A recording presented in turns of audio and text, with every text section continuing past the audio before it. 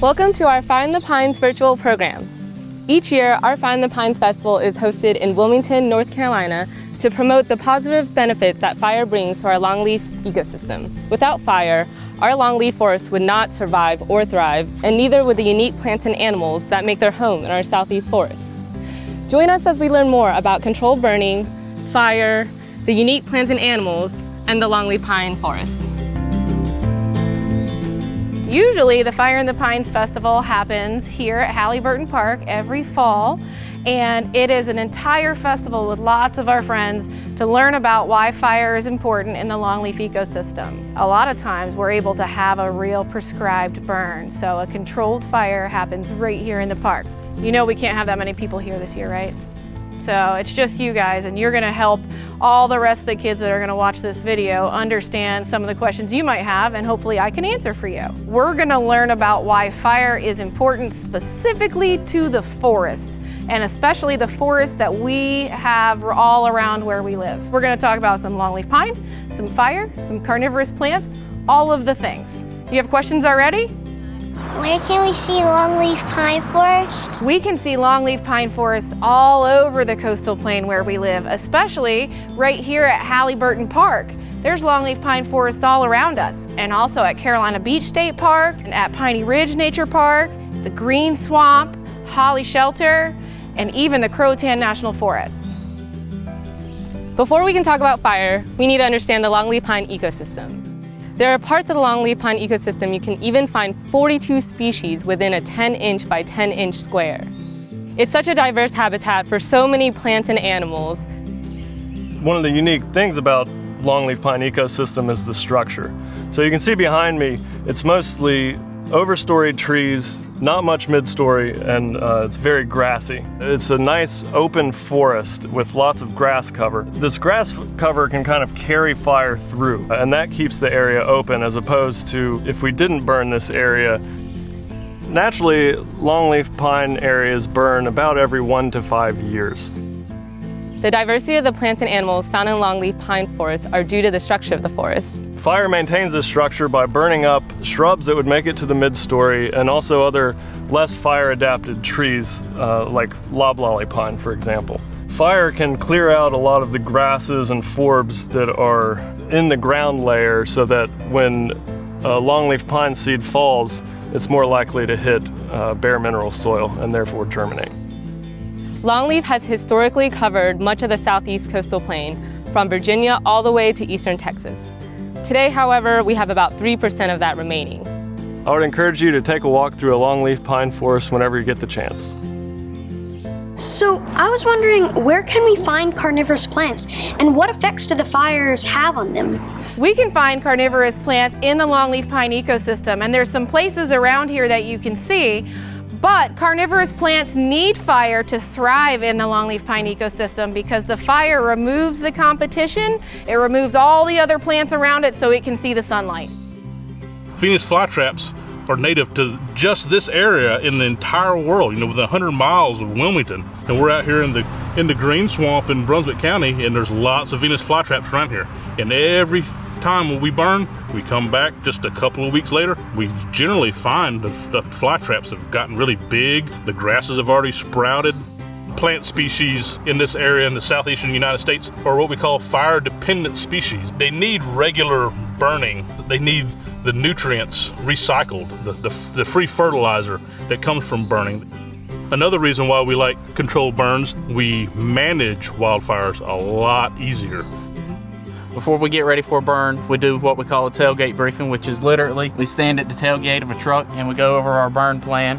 We'll have a map and we'll go over where our baselines are going to be. We start assigning people tasks. This is what we drive. It's typically a 1-ton truck. 4-wheel drive is a necessity. It has a between 150 to 200 gallon tank with a pump and hose on the back of it. We also use a drip torch. It has a mixture of diesel and gas. It has a wick on the end of it. We'll wet the wick and we'll light it, and this is what we use to burn. Everybody that's on a fire has to have a radio. That way we stay in constant communications. That way we can have weather updates and updates on the fire, what's going on. Personally, I prefer the easier way to do it. And for large tracts, we have a helicopter that drops flaming ping pong balls out. Who doesn't love flaming ping pongs falling out of a helicopter? Now, in all seriousness, that's what we call aerial ignition. So we use the delayed flaming ping pong balls. The helicopter flies over at a certain speed, in a certain pattern, and drops the ping pong balls, and that takes the place of somebody having to walk a very long way to light fires. The coolest thing I learned today was that fire can be controllable, and it is awesome.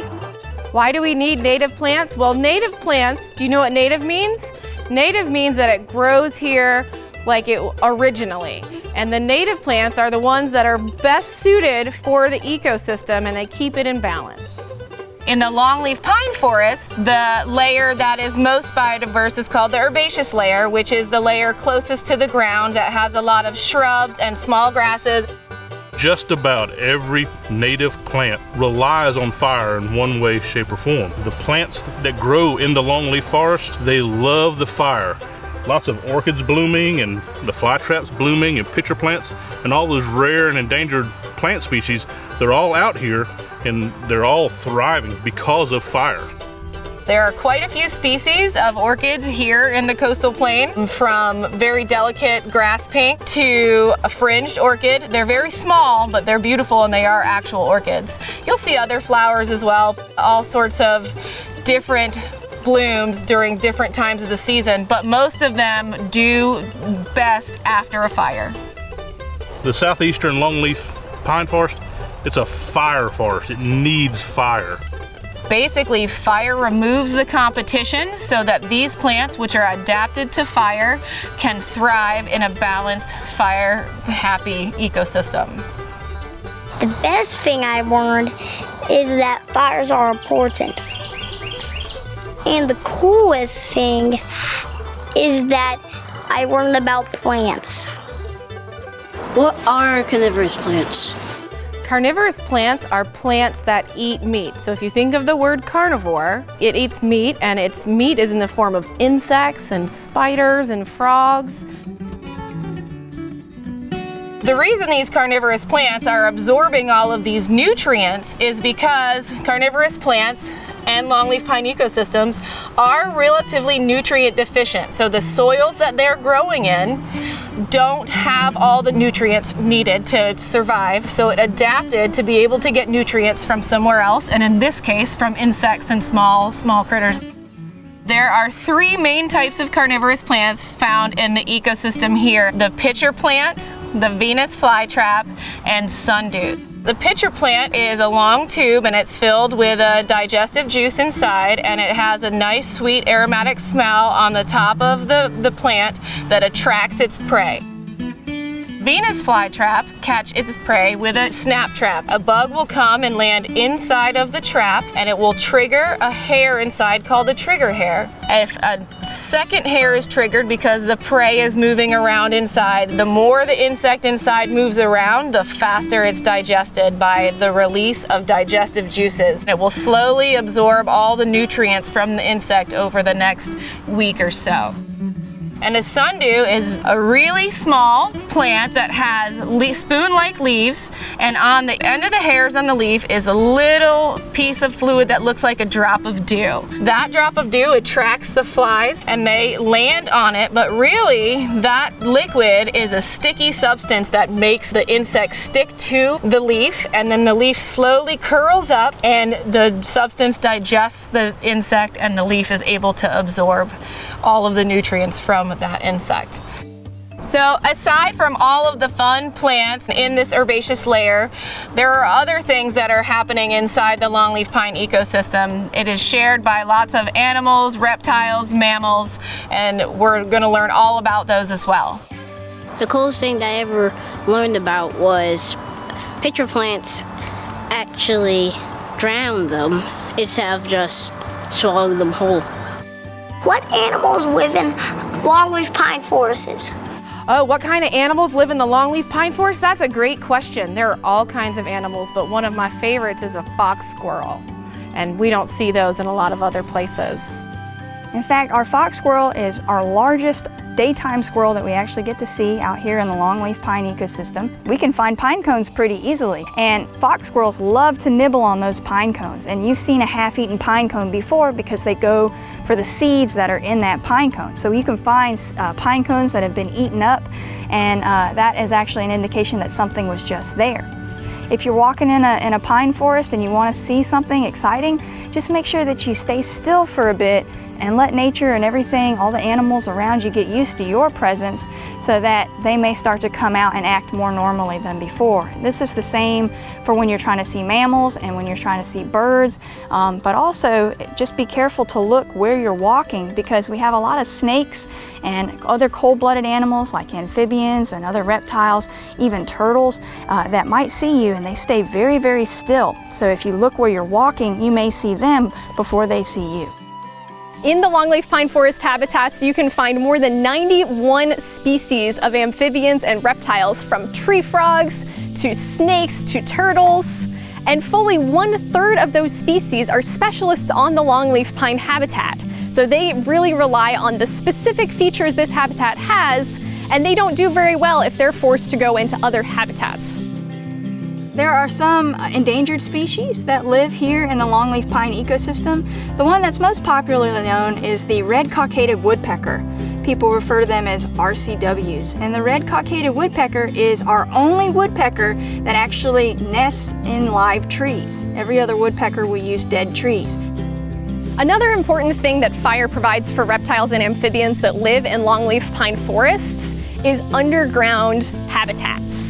When a mature longleaf pine tree dies, the stump is left in the ground for sometimes decades, and when fires pass through this habitat, it'll burn away at the edges of the stump root, leaving tunnels underground that are very critical habitat for many species of amphibians and reptiles. And in fact, lots of the specialist species who only thrive in longleaf pine ecosystems spend most of their lives underground.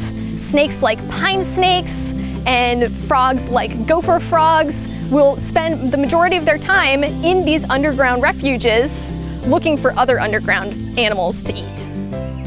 Some other habitats that you're going to find that are related to a longleaf pine ecosystem also include what we call swamp bogs or pocosin areas. And these are areas that are a little bit lower lying, they hold water more, and they're perfect spots to find salamanders, gopher frogs, bog turtles, so you can sometimes find alligators. And these areas are also maintained by prescribed burns. Many reptiles like the open canopies, and especially the largest rattlesnake in the world, the eastern diamondback rattlesnake, needs that open canopy habitat that a mature longleaf pine forest has because of the fire keeping the understory open.